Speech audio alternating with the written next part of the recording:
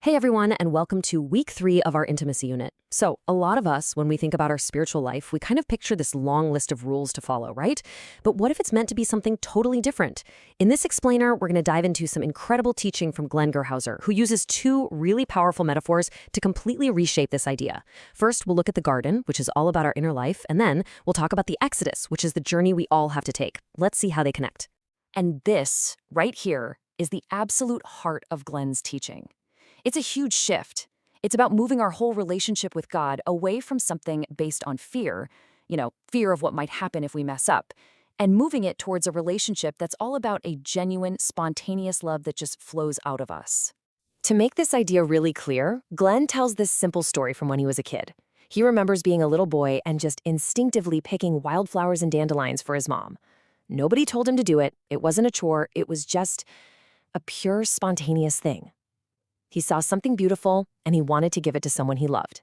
And that, he says, is the kind of love God's actually looking for from us. But so often, that kind of instinctive love gets buried under this really common misconception that our relationship with God is just about following an endless list of super difficult, burdensome rules.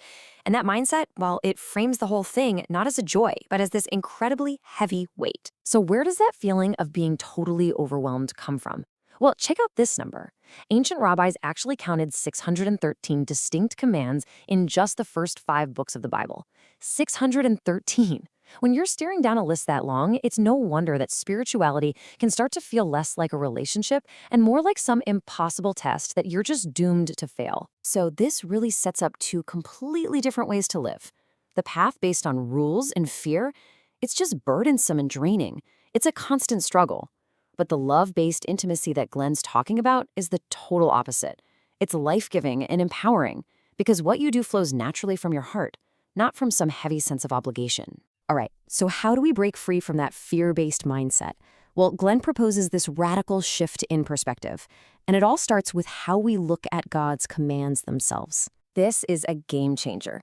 Instead of seeing God's word as a bunch of external rules that we have to struggle to obey, he asks us to see it as a seed. I mean, think about it. An apple seed doesn't just have instructions on how to become a tree, right? It has the actual life and the blueprint inside of it to become one. And in the same way, God's word contains the spiritual power to produce the very love and obedience it's calling for. So this totally reframes the whole process. Spiritual growth isn't about us trying harder, it's about becoming better at receiving.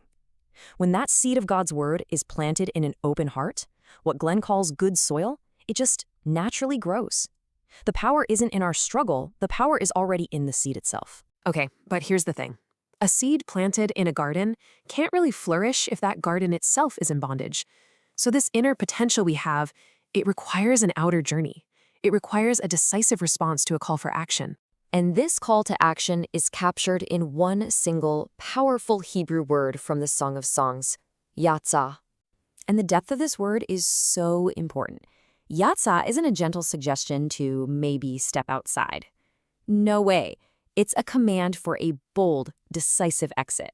In fact, it's the very same word used to describe Israel's dramatic exodus from slavery in Egypt. It means leaving bondage behind for good. So this is where Glen applies this ancient idea directly to our lives today.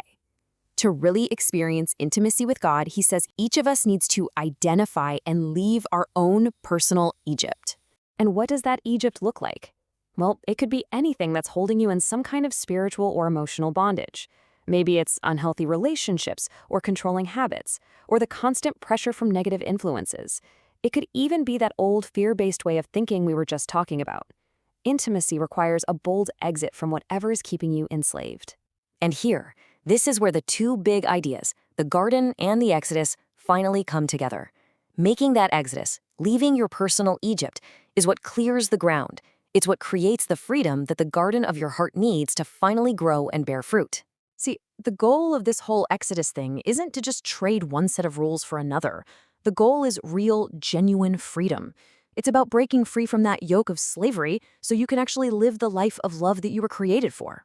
And what you end up with, the result of this whole journey, is this dynamic, living relationship.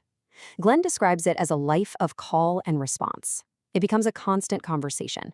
God initiates with his love, with his call to go forth, and we, in our new freedom, respond back to him.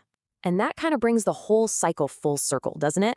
A life of intimacy isn't about us trying to manufacture love all on our own. It's about first freely receiving the love that God gives, letting it grow inside us like a seed, and then freely giving that love back to him and to the world around us. So, we'll end with this thought from Glen. A relationship is a two-way street. If life with God is really a call and response, then the question for all of us is pretty simple. When he calls, are we answering? Or are we just ghosting God? It's a question we're thinking about.